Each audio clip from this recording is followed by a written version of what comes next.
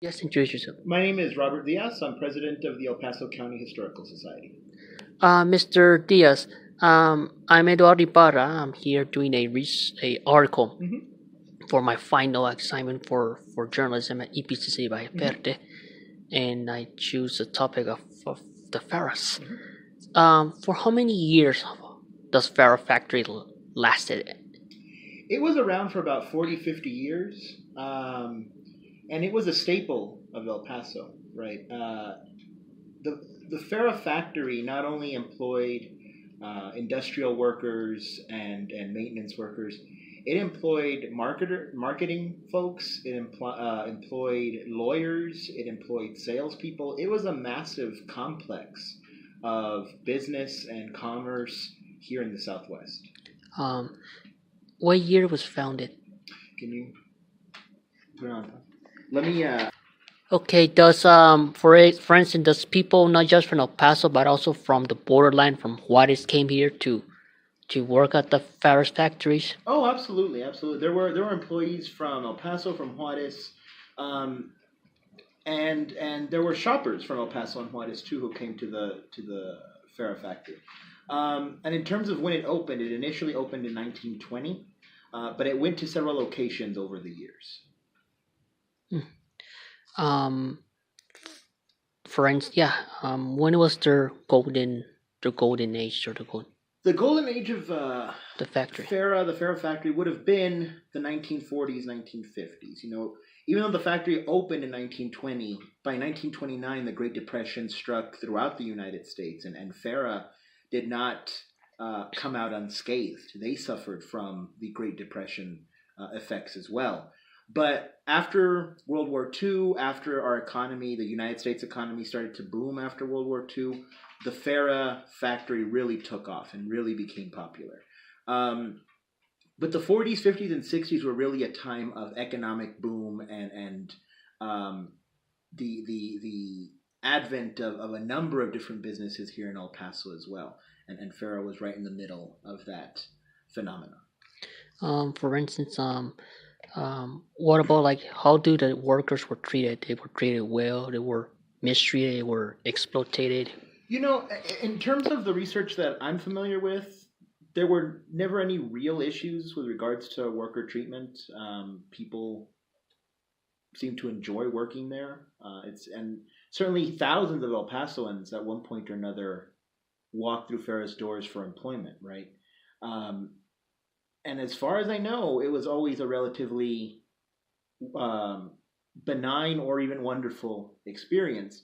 And on top of that, I mean, I think Farah would not have the legacy it has now, and the Farah family wouldn't have the legacy, the great legacy it has now in town, if there wasn't something to the way that workers were treated over the years. Because I was reading I did research last week, Hmm. 2 weeks ago about the Farrah's factory, and they were talking about the strike that went in the Oh, 70s. that's right. There was the Farah strike. That is true. That is true. Um, Can you explain me more about the strike? let's cut there. Yeah, tell me. So, with regards to the strike, there were many Farah plants throughout Texas and the Southwest. And so in 1972, the strike began in San Antonio. And here in El Paso, the Chicano workers, the Mexican American workers, used it to sort of break the political strength that Anglo politicians had on El Paso. On its face, the strike was about wages and working conditions, but overall, it really wasn't about that. It was about Mexican Americans trying to feel secure in their jobs. It was about Mexican Americans trying to make sure that they could unionize, right? Unions are very powerful forces in factories and in industrialization here in the United States. Unions are really the bottom line when it comes to unions is that unions are power in numbers, right? And when you can amass thousands of workers to fight for employment rights or higher wages, you can really move the way the bosses of organizations like these function, right? So in this case, it wasn't so much about wages, and even the people on strike, the Mexican Americans who went on strike, they had difficulty paying mortgages. They had difficulty getting by during the time that the strike took place. But overall, they wanted to be secure in their jobs and have some sort of political seat at the table when it came to employment. All right. What was the World War One the reason why Farrah factory closes its doors for good? Can you repeat the question? Why were the reason why the factory Farrah's Mm-hmm. closed the door? I think there were several reasons. One is that a lot of, it was a massive industry for a long time with plants throughout Texas and the Southwest. But in the 1980s, 1990s, with trade agreements such as NAFTA, with bigger companies, bigger big box companies taking over sort of that garment industry, more and more there was no the economic and business success of companies like Farrah and many others started to decline. So it was a number of international and national factors that eventually made its way to this particular company, and that's inevitably why they had to close their doors. What is the legacy of Farrah's factory?